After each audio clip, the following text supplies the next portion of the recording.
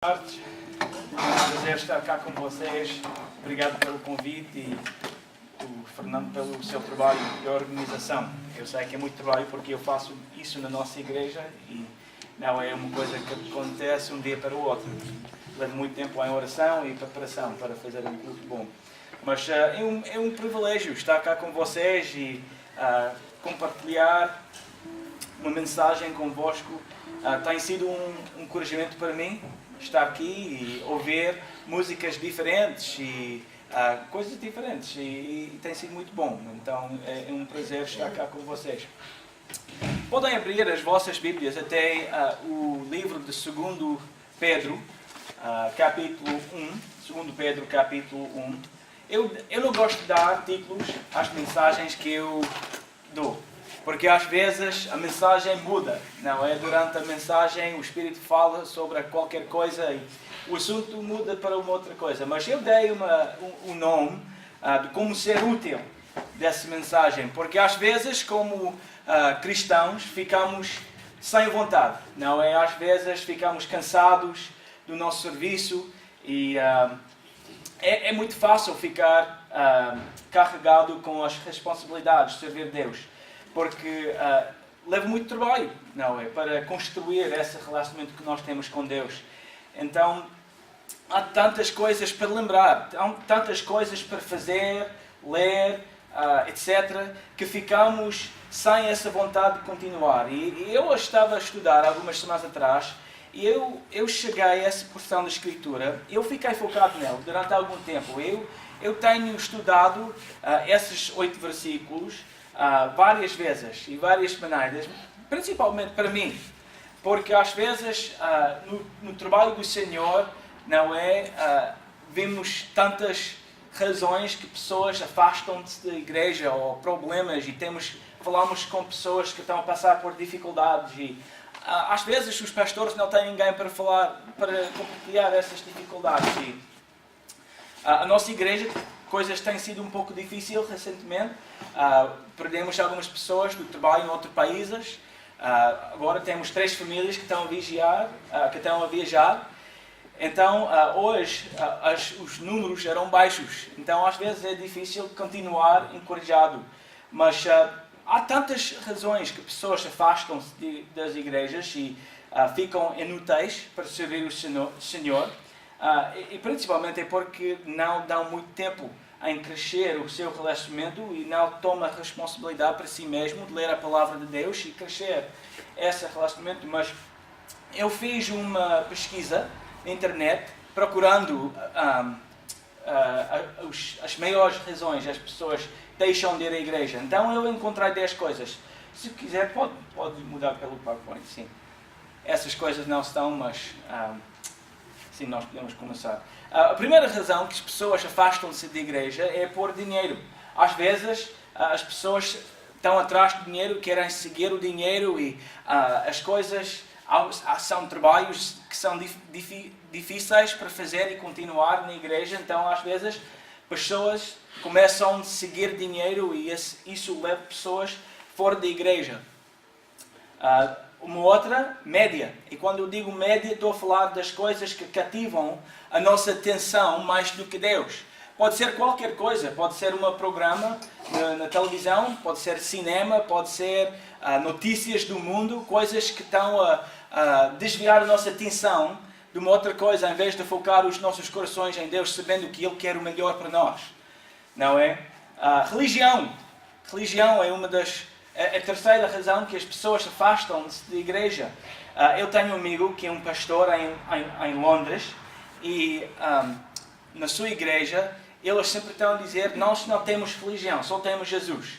E isso é muito importante porque com religião, às vezes, religião afasta pessoas porque ninguém quer seguir uma lista dos deveres e podes fazer isso, mas não podes fazer aquilo. Sem usar a palavra de Deus para ser um base da nossa vida, não é? Relacionamentos dentro de igreja. Às vezes as pessoas ficam zangadas com outra pessoa. Ele disse isso e eu sei que ela estava a dizer isso porque ele não gosta nada de mim.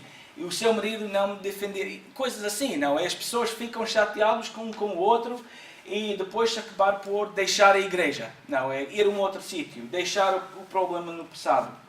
Rotina.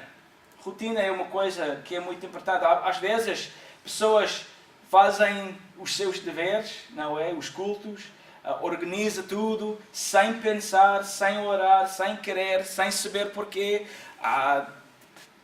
Hoje é domingo, temos de ter culto, então vamos cantar 3 músicas, ter uma leitura da Palavra de Deus, escolher as ofertas, a pregação e vamos para casa. Não é? E fazem isso por rotina e isso fica difícil seguir, não é?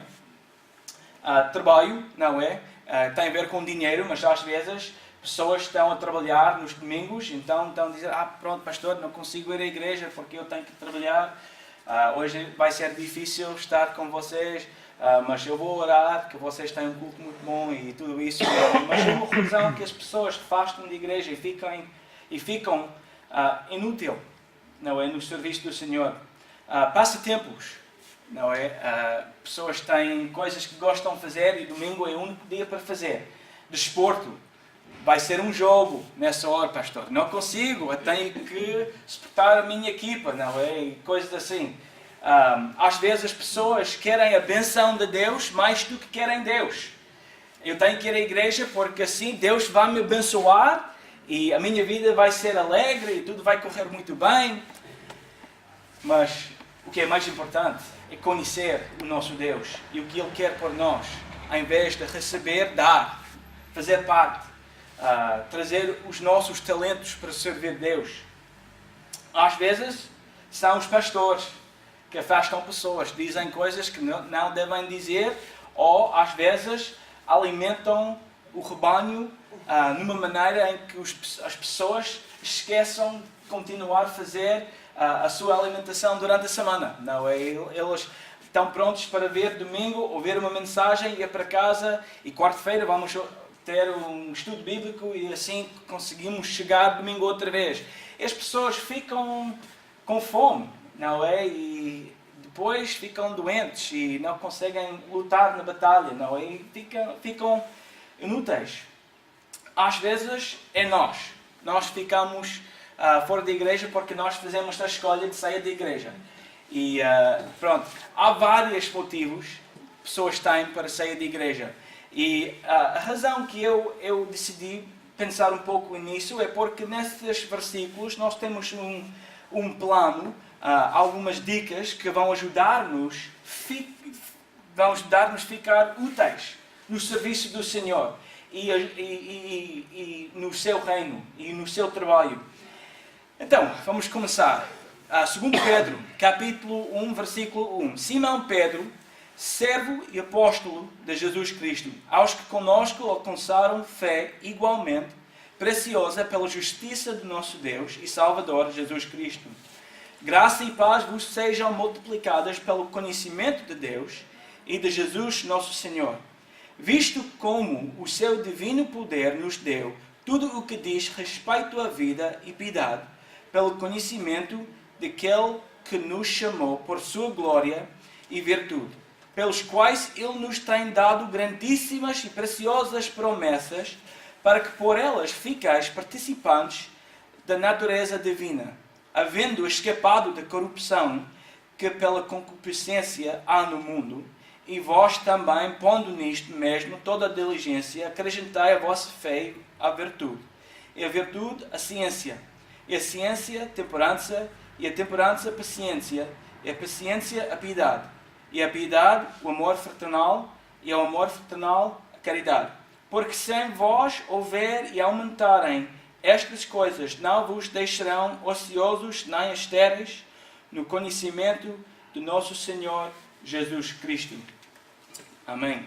Deus, obrigado mais uma vez pela oportunidade que nós temos de estar aqui na tua casa para adorar o teu nome.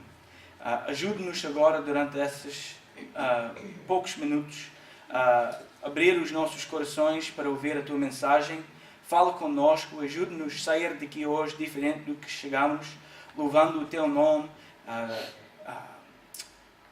fazendo o que nós podemos fazer para ajudar o seu reino a crescer.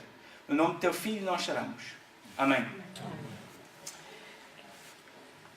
Então, para começar, eu quero notar algumas coisas importantes aqui nesses versículos. A primeira coisa que nós encontramos é o Pedro chamou-se um servo. E falando de um servo, o que é um servo? Quando a gente estuda grega, nós encontramos que essa palavra vem da palavra usada em grego, que fala de escravidão, um escravo. E essa palavra está usada várias vezes no Novo Testamento. E antigamente eram duas maneiras para ser escravo. Uma pessoa pode ser escravo porque alguém roubou aquela pessoa da sua terra e forçou-o a fazer qualquer coisa, como nós normalmente temos visto. Mas também houve escravos que eram escravos porque voluntariamente deram as suas vidas àquela pessoa, àquela mestre. E normalmente no Novo Testamento nós encontramos os autores usando esse sentido na palavra servo ou escravo que as nossas Bíblias têm. Por exemplo, em Romanos capítulo 1, versículo 1, nós temos o apóstolo Paulo que usou essa palavra, Paulo, servo de Jesus Cristo, chamado para apóstolo, separado para o Evangelho de Deus.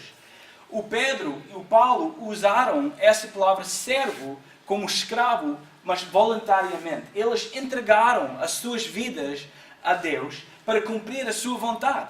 E isso é que nós temos a definição da palavra servo. Alguém que faz os deveres de uma pessoa diferente, ou à vontade. Não, essa pessoa faz o que ele ou ela quer. Não, se quiser fazer isso, ele faz. Se deve fazer aquilo, ele faz. E aqueles escravos que entregaram as suas vidas voluntariamente, o mestre tomou conta de tudo. Às vezes arranjou os casamentos, a mulher, os bens, pronto, tomou conta de tudo. E essas pessoas foram úteis no serviço do seu mestre.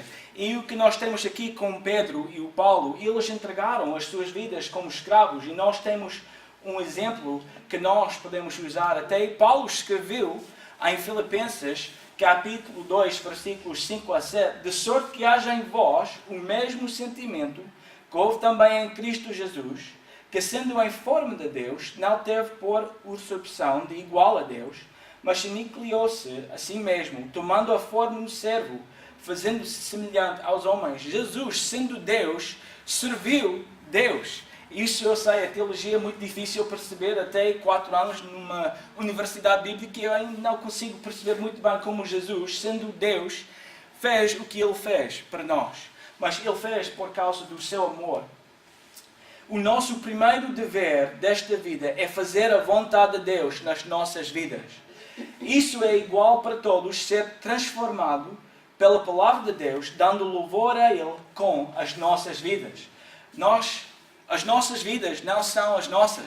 Não, é quando aceitamos Cristo como nosso Salvador, estamos a entregar o nosso ser a Ele para ser usado na maneira que Ele quer. É a razão que Ele manda algumas pessoas ir a um outro país para trabalhar, ou Ele arranja a casa certa para ti, para conhecer os teus vizinhos. Deus está a fazer a sua vontade e Ele está a usar nós para fazer isso.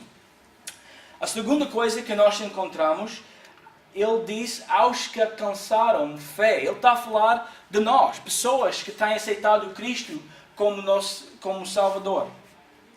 A razão que ele disse isso, ele estava a cativar a atenção das pessoas que estavam a ver essa carta que ele escreveu. Ele quis falar principalmente nesses versículos com aquelas pessoas que estavam a servir o Senhor.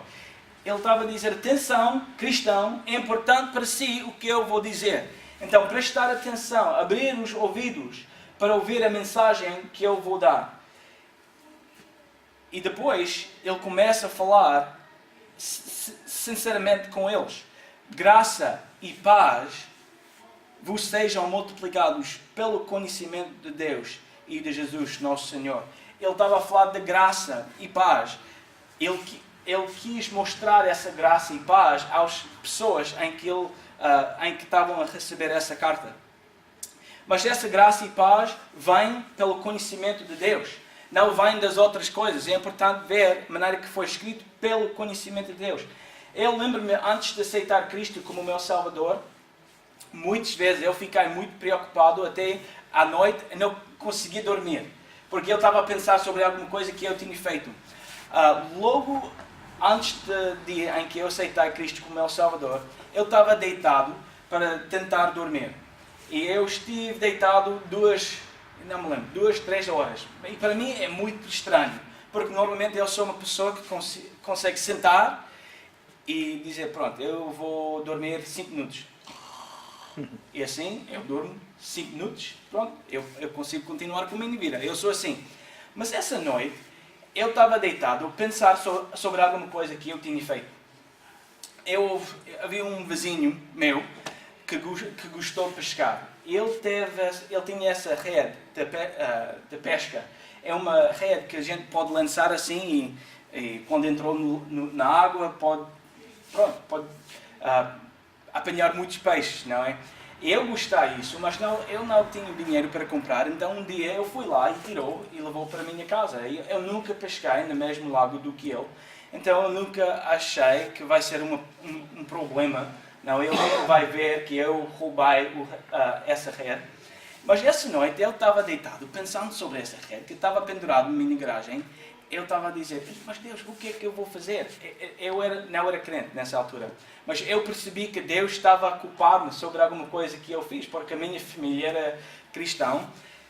E às 2 da manhã eu levantei-me e fui à garagem, busquei aquela rede, fui à casa dele e lançou no quintal. E fui à casa para tentar dormir outra vez. E finalmente adormeci, mas essa preocupação que eu tinha era a preocupação de muitas pessoas no mundo, porque estão carregados com o peso dessa vida e com problemas financeiros, eles não sabem o que vão fazer, não é? E ficam preocupados com essas coisas, com problemas dentro da família, não têm o conselho de Deus, o que fazer com uma família que está a ser tirada um para o outro, que estão a lutar um para o outro. E têm esses problemas e não têm graça e paz. E a graça que nós temos é a graça que Jesus deu na cruz, quando Ele pagou a penalidade do nosso pecado para nós. Então, Ele está a dizer graça e paz pelo conhecimento do nosso Senhor. Então, isso é muito importante. Se alguém está cá hoje e não tem essa paz, ou não tem visto dessa graça na sua vida, é porque Jesus precisa entrar na sua vida e mostrar a sua misericórdia. A terceira coisa que eu encontrei é, Ele deu tudo o que diz respeito à vida e piedade, o que nós temos em versículo 3. Em 2 Timóteo, capítulo 3, versículos 16 e 17, toda a Escritura, divinamente inspirada e é proveitosa para ensinar, para redarguir, para corrigir, para instruir em justiça, para que o homem de Deus seja perfeito e perfeitamente instruído para toda a boa obra. Deus tem dado a sua palavra para nós, para aplicá-la na nossa vida. Tudo o que diz a respeito à vida, nós temos. Nós temos a Bíblia. Sabem que a palavra de Deus é viva. Não é só um livro que nós temos na estante da nossa casa. É a palavra de Deus que fala connosco quando abrimos a palavra de Deus. Ele quer falar connosco. Não é como os outros livros que nós temos. São 66 livros e todos os livros foram escritos, eu acho que levou 2000 anos para escrever a Bíblia inteira. E são 40 autores diferentes, 66 livros, e não há nenhuma contradição. Isso é de Deus. Isso é algo que Ele fez para nós, para falar connosco a respeito da nossa vida, para ajudar-nos com decisões que nós temos que fazer, ou quando as coisas na nossa vida parecem que não há resposta de fazer, nós temos a Bíblia que consegue ajudar-nos a continuar. Mas nós temos que lê-la e mudar o nosso ser, procurando a verdade que nós temos na Bíblia. Eu não sei bem onde é que eu vou estar em 10 anos, não é? Eu não tenho planos para mudar, mas eu consigo dizer com certeza que, seja que for a localização, eu vou ter a Bíblia comigo. E qualquer situação em que eu tenho que passar, Deus vai estar lá comigo para ajudar, para dar conhecimento, para dar conselhos, para fazer essas decisões. E depois, tem dado grandíssimas e preciosas promessas. Então, temos que pensar um pouco sobre as promessas que Ele tem dado a nós. Primeiramente, cumprir qualquer necessidade que nós temos. Filipenses capítulo 4, versículo 19. O Paulo estava a falar sobre a maneira que Deus tem dado tudo o que ele necessitava durante as suas viagens.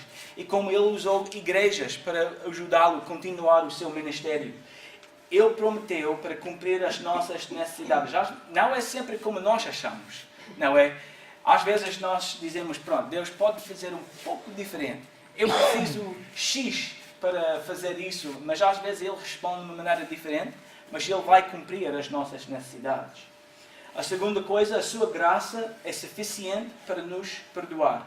2 Coríntios capítulo 12, versículo 9. A sua graça é suficiente. Não há nada que nós podemos fazer para perder o amor de Deus. A sua graça é suficiente. Quando somos tentados, nós temos uma maneira para escapar. Ele disse em 1 Coríntios capítulo 10, versículo 3, que quando a tentação está à nossa porta, Ele vai dar uma maneira para escapar. Nós temos que procurar essa maneira para escapar. Mas não temos que perder a batalha contra a tentação. Podemos ganhar. 4. Todas as coisas funcionam pelo nosso bem. Romanos 8, 28. Às vezes é difícil ver, mesmo na altura, não é? Mas depois de algum tempo, nós normalmente conseguimos dizer com certeza, Deus estava a fazer isso na minha vida. Quando nós decidimos ser missionários, nós tivemos uma casa para vender e levou meses e meses e meses para vender essa casa. Então até ficamos muito frustrados, dizendo, Deus, nós sabemos que Tu quer-nos ir ao Portugal, mas por que é que essa casa não pode ser vendida? Não é? E ficamos muito frustrados.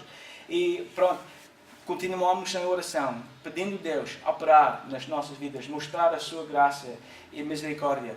E durante essas 14 meses em que nós sofremos com a hipoteca cada mês para pagar, Deus cumpriu o que nós necessitamos. Ele deu tudo o que necessitamos. E nós podemos dizer com certeza agora que as coisas correram como Ele quis, para ensinar-nos, para preparar-nos para alguma coisa no futuro. E Deus opera em nós assim. Salvação pela fé em Jesus. Graças a Deus que não temos que cumprir uma lista dos deveres para entrar no céu. Porque eu sou humana, eu não sou tão forte para resistir a algumas coisas, sou pecador.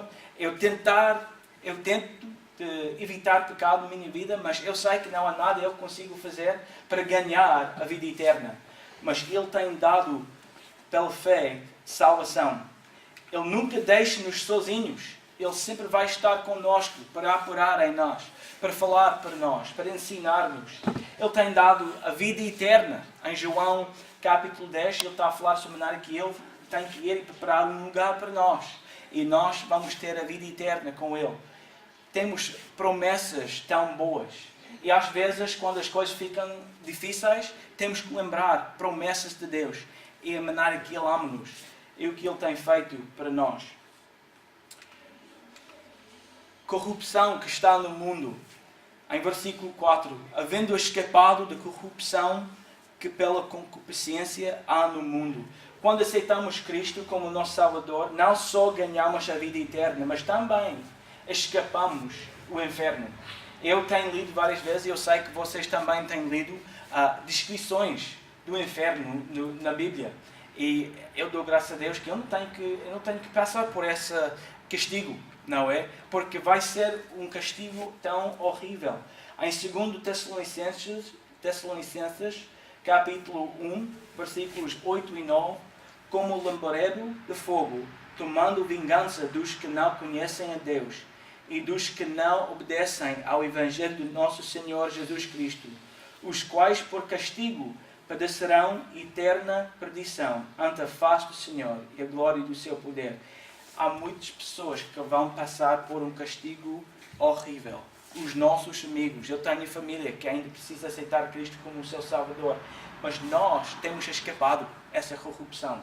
Temos que dar graça a Deus por isso, porque não temos que aguentar essas coisas. Ele tem dado-nos um bilhete para escapar, não é? E isso deve ser o motivo para falar com as pessoas da nossa família, os nossos vizinhos, porque vai haver um dia do grande trono branco em que as pessoas que nós conhecemos vão saber que nós tivemos as respostas da vida, porque nós temos tudo respeito à vida e nós não dizemos nada. Então nós temos uma grande responsabilidade de seguir, para falar, para cumprir o que Deus quer nos fazer. E depois, dentro de versículos 5 a 7, nós temos uma lista. Essa lista dá-nos 7 coisas que devemos aplicar nas nossas vidas. E temos que lembrar, tudo isso foi escrito para ajudar-nos a ser útil no serviço do Senhor. Então, primeiramente, virtude. Virtude. E às vezes eu sou culpado quando estou a ler a palavra de Deus, às vezes eu encontro uma lista assim e eu não conheço as palavras, seja que for a língua, eu estou a ler essas palavras, virtude, pronto. Temos que às vezes parar, pensar, orar um pouco sobre as palavras, assim, essas listas que nós temos. Então a primeira coisa, pondo nisto mesmo toda a diligência, acrescentai a vossa fé a virtude. Então virtude é a primeira coisa que devemos aplicar nas nossas vidas. Virtude é uma qualidade moral e a pessoa que tem virtude na sua vida é um indivíduo de praticar bem, alguém que quer fazer o melhor para todos e nunca está a pensar em si mesmo, mas quer fazer o melhor para os outros. Não é apenas uma característica, trata-se de uma verdadeira inclinação. Virtudes são todos os hábitos constantes que levam o homem para o caminho de bem. Então, quem é que é você atrás de uma porta fechada? É uma pergunta que nós temos que fazer às vezes. Às vezes eu consigo ajudar quando as pessoas... Estou a ser real. Às vezes é mais fácil ajudar alguém quando as outras pessoas estão a olhar para nós. Não é? Mas quando ninguém está a olhar, o que é que eu vou fazer? Não é? A natureza sai nessa altura. E virtude é aquela característica em que nós queremos fazer bem. Seja que for a pessoa que está a ver, que nós queremos continuar e fazer o bem. A segunda coisa é ciência.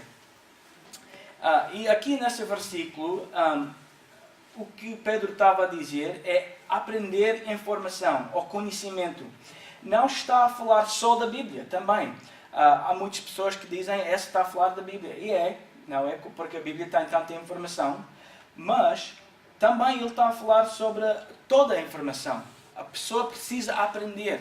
Se quiser fazer boas escolhas, precisa aprender a informação, observar essa informação para fazer boas escolhas na sua vida, não é? Tomando a conta do dinheiro da igreja. Tem que ter alguém que aprendeu a fazer as contas, não é? Convém, não é? É melhor do que usar alguém que não sei nada de matemática. Mas o que estou a dizer é, ele está a encorajar as pessoas para aprender a informação, ler livros, conhecer a informação, aprender para viver essa vida. Terceira coisa, temperança.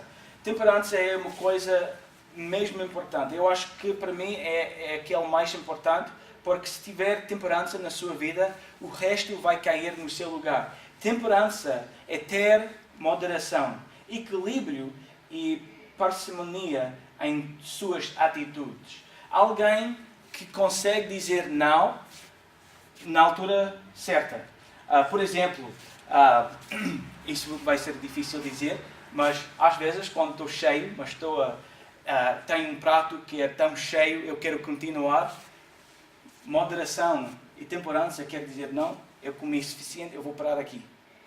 Isso é alguma coisa fácil para mostrar, não é? Mas falando de tudo, nós temos que ser pessoas com temperança nas nossas vidas. Ter moderação em o que fazemos.